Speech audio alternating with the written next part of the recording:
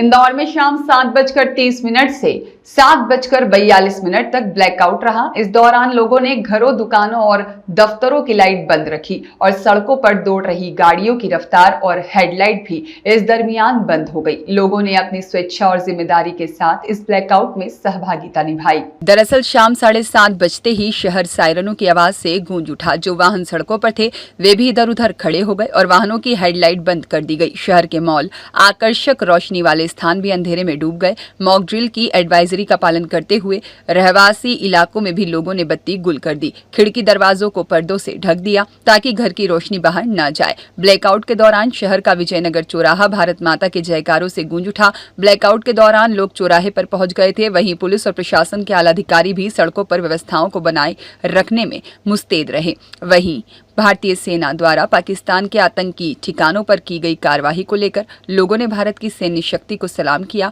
और हर परिस्थिति के लिए सेना और सरकार के साथ होने का वादा किया है। 12 मिनट के बाद 7:42 पर फिर सायरन बजे और ब्लैकआउट समाप्त हुआ। देखिए, इसके लिए मैं सबसे पहले इस देश के एक एक नागरिक को धन्यवाद देना चाहता हूँ, जो हमारे देश के प्रधानमंत्री के एक आह्वान पर, एक सेना के आह्वान पर तुरंत तैयार रहते हैं। आज हमें ऐसा लगता है कि हमारा देश भी वही देश है जो स्वतंत्रता के पहले था, लड़ने के लिए, मरने के लिए, अपने देश की सुरक्षा के लिए तैयार है। आज भी वही लगा हमको कि एक दिन या 2 दिन पहले मोदी जी की घोषणा के बाद पूरे देश ने एक साथ समर्थन दिया। तो मैं कहता हूँ कि भारत देश में ही हर आदमी का जन्म होना चाहिए, क्योंकि यहाँ की जो मिट्टी है, जो भूमि है, वो देश के लिए समर्पित है। तो मुझे तो बहुत ही अच्छा लगा कि जब एक माहौल देखा, कहीं एक कोई सायरन भी नहीं, कोई हॉर्न भी नहीं बजा, सबने लाइट बंद करी स्वैच्छिक। तो मैं पूरे देश के एक एक नागरिक को धन्यवाद देना चाहता हूँ।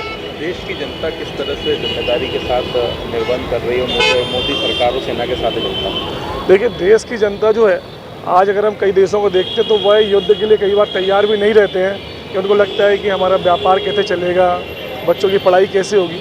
हमारा भारत इस मामले में आज अव्वल है। अगर 100 में से 90 लोगों से पूछा जा रहा है तो वो कह रहे हैं कि युद्ध के लिए हम तैयार हैं। अगर हमारे देश के किसी बहन को, भले ही वो मेरी बहन नहीं है, वो भले ही मेरी माँ नहीं है, मेरा भाई नहीं है, मेरा पिता नहीं है, लेकिन जो एक पाकिस्तान के आतंक ने जो भारत के अंदर किया, वह ऐसा लग रहा है कि हमारे परिवार के साथ हुआ है। तो शायद रोटी मिल जाएगी, भगवान है देने वाला, कहीं ना कहीं से रोजगार भी मिल जाएगा। लेकिन पूरा देश एक साथ ये कह रहा है कि हमला करो।